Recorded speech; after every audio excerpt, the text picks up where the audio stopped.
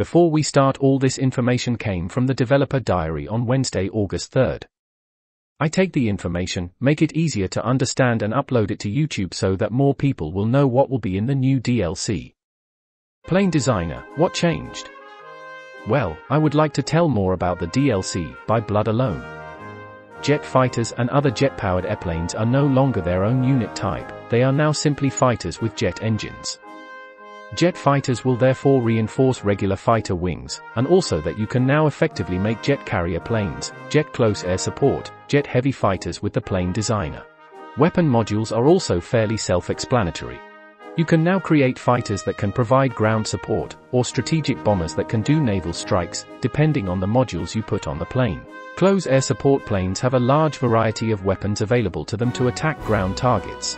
There is a full list of weapons, the missions they unlock, and what they classify a plane as if mounted in the primary weapon slot. The total number of techs in the air tech tree has actually decreased. Here's a view of the air tech tree. It has a total of 28 techs, compared to the old tree's 38 techs. Modifiers only apply to certain missions.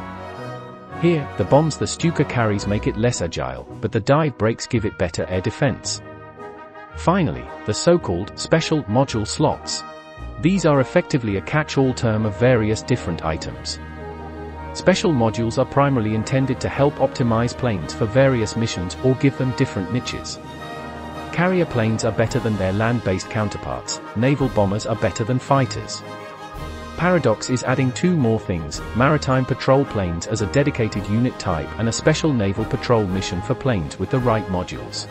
Maritime patrol planes are built on the large airframe, giving them exceptional range. Maritime patrol planes are meant to help with spotting raiders in the deep ocean. You can run naval patrol missions with many different types of planes. Now, about the art. Here is a partial list of new plane icons coming in By Blood Alone. Which one's your favorite? Paradox decided that to add more 3D art.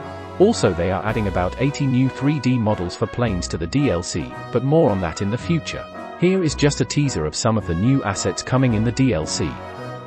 Lastly, I'll show some weird designs that QA came up with. This single plane outguns an entire tank platoon, unfortunately it can't ever turn. And then they restricted the number of bomb bays you can have on a plane. 6 engines, 8 cannons, 4 cannons in turrets, and a production cost 50% higher than a strategic bomber. This combo is no longer possible. When you look at the Spitfire Mark I's armament and wonder, but what if, more guns?